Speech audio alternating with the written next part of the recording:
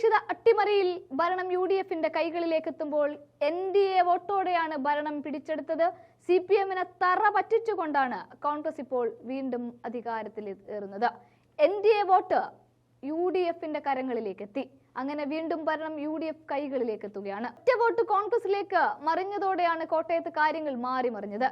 കോട്ടയം കൂറുവപ്പട പഞ്ചായത്ത് ഭരണം UDF പിടിച്ചെടുത്തു. Panchayat president സ്ഥാനത്തേക്ക് നറുക്കെടുപ്പിലൂടെ UDF-ൽ നിന്നുള്ള കോൺഗ്രസ് അംഗം തെരഞ്ഞെടുക്കപ്പെടുകയാണ് ഉണ്ടായത്. പ്രസിഡന്റ് സ്ഥാനത്തേക്കുള്ള തെരഞ്ഞെടുപ്പിൽ BDJS അംഗം UDF വോട്ട് ചെയ്തതോടെയാണ് നറുക്കെടുപ്പിലേക്ക് പോയത്. കോൺഗ്രസിന്റെ അമ്പിളി മാത്യു ആണ് പ്രസിഡന്റായി തെരഞ്ഞെടുക്കപ്പെട്ടത്. CPM-ലെ ലീല ചെറിയാൻ രാജിവെച്ചതിനെ തുടർന്ന് നടന്ന തെരഞ്ഞെടുപ്പിലാണ് NDA കോൺഗ്രസിന് വോട്ട് ചെയ്തതും. പഞ്ചായത്തിൽ 7 അംഗങ്ങളുടെ LDF ആയിരുന്നു ഭരിച്ചത്. UDF-ന് 6 അംഗങ്ങളാണ് ഉണ്ടായിരുന്നത്. BJP-ക്ക് 3 അംഗങ്ങളും BDJS-ന് 1 അംഗവുമാണ് പഞ്ചായത്തിൽ ഉണ്ടായിരുന്നത്. BJP ഇരു മുന്നണികൾക്കും വോട്ട് രേഖപ്പെടുത്തിയില്ല.